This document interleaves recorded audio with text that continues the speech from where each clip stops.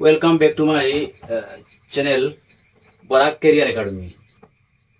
আজকে আবারও আপনাদের সামনে ম্যাথমেটিক্সের একটা ইম্পর্টেন্ট ক্লাস নিয়ে আপনাদের সামনে উপস্থিত হয়েছি। আজকে নবোদয়ের এন্ট্রান্স এক্সামর গাইডবুকর 3 নম্বর অনুশীলনী তাকে আজকে অঙ্ক করাই আজকে আপনাদের। তাহলে শুরু করি।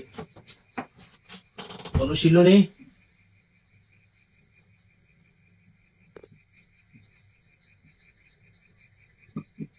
অনুশীলনী 3। এই অনুশীলনী 3 এর মধ্যে রয়েছে ঊর্ধ্বক্রমে সাজাও এবং অধক্রমে সাজাও। সর্বপ্রথমে আমরা বুঝতে হইব ঊর্ধ্বক্রম আর অধক্রম কিটা। ঊর্ধ্বক্রম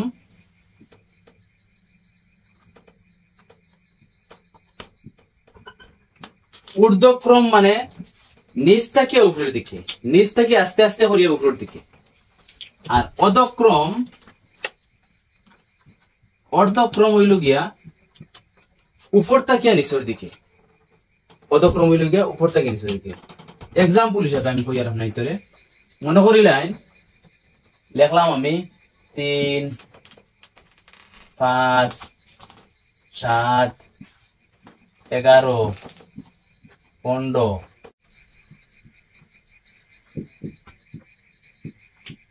অধক্রম। তখন এই সংখ্যাগুলোরে আমরা ঊর্ধ্বক্রমে সাজাইতাম আর অধক্রমে সাজাইতাম। ঊর্ধ্বক্রমে কিতা কইছিলাম, নিচ থেকে উপরের দিকে।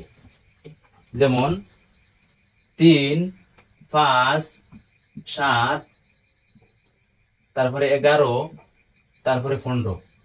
এটা হয়েছে গিয়া নিচ থেকে উপরের দিকে গেছে, নিচ থেকে উপরের দিকে গেছে। এখন আমরা যদি এই জায়গা অধক্রমে সাজাইতাম তাহলে এর ঠিক উল্টা, অর্থাৎ উপর থেকে নিচের দিকে। উপর থেকে যদি নিচের দিকে আমরা আই তাইলে কি হইব, সর্বপ্রথম বড় কিতা আছে 15, তারপরে 11, তারপরে 7, তারপরে 5, তারপরে 3।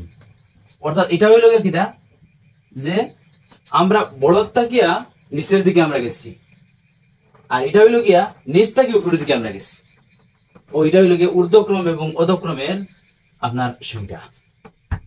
এখন আমি আপনার ভিতরে ফ্র্যাকশনের বেলায় কিভাবে ঊর্ধ্বক্রমে এবং অধক্রমে হইতো এটা ব্যাপারে আলোচনা করব। নবোদয় এন্ট্রান্স এক্সামের গাইডবুকের অনুশীলনী 3 এর মধ্যে রইয়া গেছে যে ফ্র্যাকশনের বেলায় ঊর্ধ্বক্রমে এবং অধক্রমে কিভাবে সাজানো যায়। যেমন মনে করি লাইন লেখলাম কিতা 2/11। 2/11 মধ্যে আছে কিতা, উপরটারে আমরা কিতা কইছি, উপরটারে আমরা কইছি কিতা লব, আর নিচরটারে আমরা কিতা কইছি হর। লব আর হর। এখন হইল গিয়া ফ্র্যাকশনের বেলায় আমরা কিভাবে ঊর্ধ্বক্রমে কিভাবে অধক্রমে আমরা সাজাইতাম এটা আমরা শিখবো আজকের ভিডিওর মধ্যে। যেমন কোয়েশ্চন 1 যে ঊর্ধ্বক্রমানুসারে সাজাও। এবারে অনুশীলনী 3 কোয়েশ্চন 1 হইছে ঊর্ধ্বক্রমানুসারে সাজাও। মানে এই ফ্র্যাকশনটারে আমরা কিতা করতাম, ঊর্ধ্বক্রমানুসারে আমরা কিতা করতাম, সাজাইতাম। মানে ছোট থাকিয়া বড়র দিকে আমরা যাইতাম, মানে নিচ থাকিয়া উপরের দিকে আমরা যাইতাম। এই জায়গার মধ্যে দেখা গেল কিতা যে 3/19, 3/13, 3/16। এখন দেখা গেল কিতা উপরের অংশটা যেটা আছে, যেটা লব আছে, এই জায়গার মধ্যে প্রত্যেকটা সমান, মানে 3 আছে। যদি উপর যদি সমান থাকে তাহলে ঊর্ধ্বক্রমানুসারে সাজানো এই সময় আমরা চাইতাম কিতা, নিচে দিয়ে আমরা চাইতাম। নিচে দিয়ে চাইয়া আমরা হরের দিকে চাইয়া যেগুলো দেখবো আপনার সবচেয়ে ছোট সংখ্যা মনে করতাম কিতা ওটা হইল কিতা বড়, ওটা হইল কিতা বড়। মানে যেমন কিতা দেখা যায় যে 13/3। তারপরে কিতা দেখবো আমরা এর বড়টা কোনটা 16। তাইলে 16/3। এর পরবর্তীতে কোনটা আইছে 19/3। 19/3 ও এটা হইছে কিতা ঊর্ধ্বক্রমানুসারে সাজানি, এটা হয়ে গেছে। মানে 13/3, 16/3 আর 19/3 এই জায়গার মধ্যে সবচাইতে বড় হইল কিতা 13/3। মানে একটা রুটিরে যদি আপনি 13 ভাগ করেন, একটা রুটিরে যদি আপনি 13 ভাগ করেন, এর থেকে যদি 3 ভাগ আপনি খাইন তাইলে রইব কতখান? আপনার 16 ভাগ যদি করেন সেম রুটিটারে আর 3 ভাগ যদি আপনি খাইন, আর একটা রুটি যদি আপনি 19 ভাগ করেন 3 ভাগ খাইন, এজন্য সবচেয়ে বড় রুটি কোনটা হইব? অবশিষ্টাংশের হিসাবে দেখতে গেলে সবচেয়ে বড় হইব মানে 13/3 যেটা আছে। যাই হোক, আপনারা বুঝতে পারছেন এটা হইল কিতা ঊর্ধ্বক্রম অনুসারে, অর্থাৎ আপনার বড় থেকে ছোটর দিকে গেছে, মানে নিচ থেকে উপরের দিকে গেছে, ওটা হইল কিতা ঊর্ধ্বক্রম অনুসারে। এখন আপনারা বুঝি লইলা যে ফ্র্যাকশনের মধ্যে, ভগ্নাংশের মধ্যে কিভাবে আমরা ঊর্ধ্বক্রম অনুসারে সাজাইতাম। মনে করিলেন যেটা মানে উপরের সংখ্যাটা যদি 1 থাকে তাহলে নিচে দিয়ে আমরা চাইতাম, নিচের দিকে চাইয়া যদি যে সংখ্যাটা সবচেয়ে ছোট মনে করতাম ও বারটা কিতা, ও সংখ্যাটা কিতা সবচেয়ে বড়, তাইলে আমরা বড়টা কি ছোটর দিকে আমরা গেলাম, এটা হইল কিতা ঊর্ধ্বক্রম অনুসারে।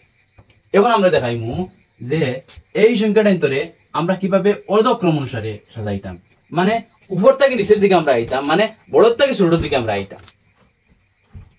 তাইলে তো এখন হইল গিয়া আমরা অধক্রম অনুসারে সাজাও, মানে কিভাবে আমরা সাজাইতাম, মানে অধক্রম মানে উপর থেকে নিচের দিকে আমরা কিভাবে আইতাম, উপর থেকে মানে বড় থেকে ছোটর দিকে আমরা কিভাবে আইতাম, এই সংখ্যাগুলারে কিভাবে আমরা অধক্রমে সাজাইতাম এটা আমরা শিখি। এখন দেখো ইনু কিতা আছে 22/19, 11/9, 33/13, 11/7। এই সংখ্যাগুলারে যদি আমরা ভাগ করিলাই তাইলে আমরা কোনটা কোনটার বড় কোনটা কোনটার বড় আমরা বুঝতে পারি। তাইলে সর্বপ্রথম আমরা কিতা করতাম, বড় থেকে ছোটর দিকে আমরা যাইতাম, কথাটা ইয়াদ রাখবা, বড় থেকে আমরা ছোটর দিকে যাইতাম। তাইলে দেখা গেছে সবচেয়ে বড় সংখ্যাটা কোনটা হইব, মনে করিলাই আপনারা ভাগ করবা 11/17, 11/17টা সবচেয়ে বড় হইব। তারপরে কি হইব, তারপরে হইব গিয়া 22/19, 2 নম্বরে 22/19 হইব। 3 নম্বরে হইব